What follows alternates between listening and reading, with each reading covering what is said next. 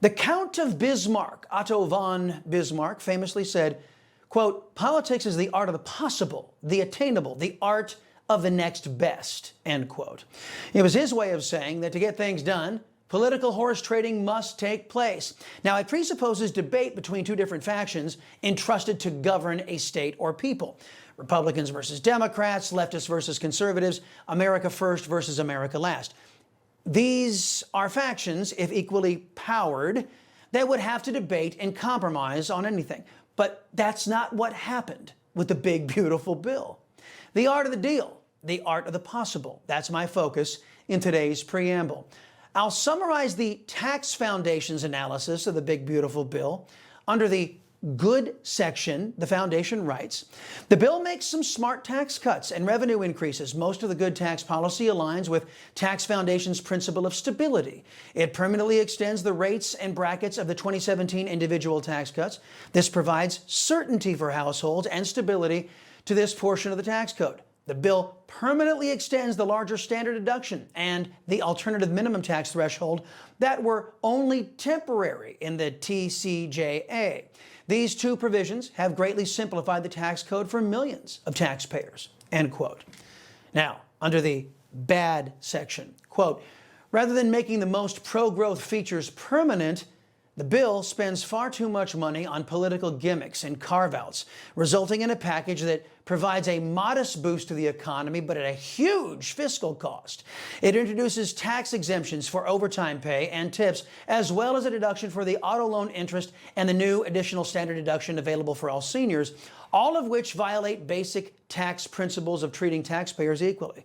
Combined, these four provisions cost about $300 billion over the 4 years they are in effect. And if eventually extended beyond that date, the cost would more than double over the next decade.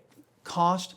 Complicated eligibility restrictions reduce the cost somewhat, but it would be better to not introduce these bad ideas in the first place, writes the Tax Foundation. Now, my analysis on this portion, folks, any money that is not given to the government is a good thing, so long as government is forced to live within the confines of the money we, the people, agree to send it. We are the boss, at least we're supposed to be, in America. Now, under the ugly section, the bill further complicates the tax code in several ways, sending taxpayers through a maze of new rules and compliance costs that in many cases probably outweigh any potential tax benefits. No tax on tips, overtime, and car loans comes with various conditions and guardrails that, if enacted, will likely require hundreds of pages of new IRS guidance to interpret. The changes to the IRA credits, while commendable in many ways, keep in place some of the most complicated rules. Example, bonus credits for meeting prevailing wage and apprenticeship requirements, and add new foreign entity of concern restrictions that may make many of these credits cost prohibitive, end quote. Now, to my analysis on this bill, the bill funds the Golden Dome and the restoration of the U.S. military and our dominance militarily. As mentioned, it keeps the transformative Trump tax cuts in place. It seeks to promote families to counter the Democrats' hatred of the traditional nuclear family and their love of, for example, slaughtering children in womb. If passed, our government would be arrayed at promoting the American family, the cornerstone of Western civilization. However, this bill does not address in any real or meaningful way massive government overspending. In fact, it keeps all of Joe Biden's overspending levels and spends even more. Social Security will continue to be taxed. And like Big Pharma forced us to subsidize socialist countries and their medications, remember, by unfairly jacking up our prices, the House bill increases the SALT deduction, forcing conservative states like Texas, Florida, Oklahoma, and Montana, and others to pick up the tab for outrageous and punitive taxes in left-wing states like New York, California, and Illinois. As a Texan, this angers me to no end. I oppose socialism and the oppressive nutbags who impose it.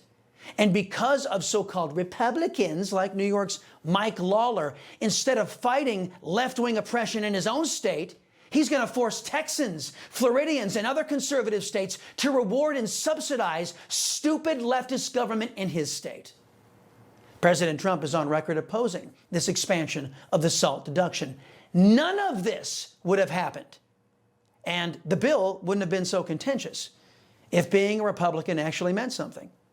It doesn't. Being America First does, but being Republican doesn't. This is why I identify as an America First constitutional conservative, and I will support policy that advances limited constitutional government, widespread prosperity, and universal freedom in America.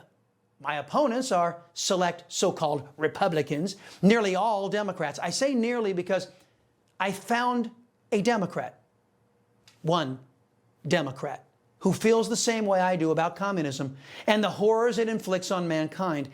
In my home state of Texas, one Democrat bucked his party and not only condemned communism, but voted for a bill that would teach our children about the disgusting, inhuman, and grotesque economic system that always leads to political oppression and death. I know you guys don't want to hear speeches. I'm not really talking to the Republicans right now. I'm talking to the Democrats. The oppression and suffering experienced by people living under communist regimes, including mass murder, violent land seizures, show trials, concentration camps, forced labor, poverty, and general economic and it goes on. And Democrats, let me tell you something. You vote no on a bill like this, and it defines you in a way that Mr. you're not, Speaker, in a way that we're not. Mr. Rosenthal, for what purpose? I do Does not the gentleman yield for yield. questions? I will not yield. Not at this time. I will not yield.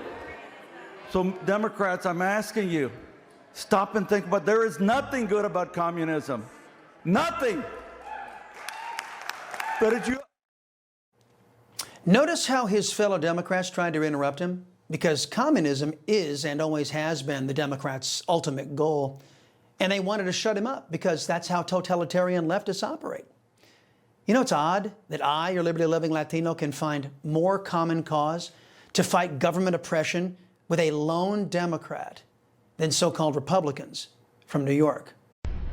You know, folks, I thank God for my wonderful wife, my kids, my country, the greatest nation ever. And Americans like you who believe in the truth, the Chris Salcedo Show will never stop fighting for you. The Chris Salcedo Show, for the news you need to know.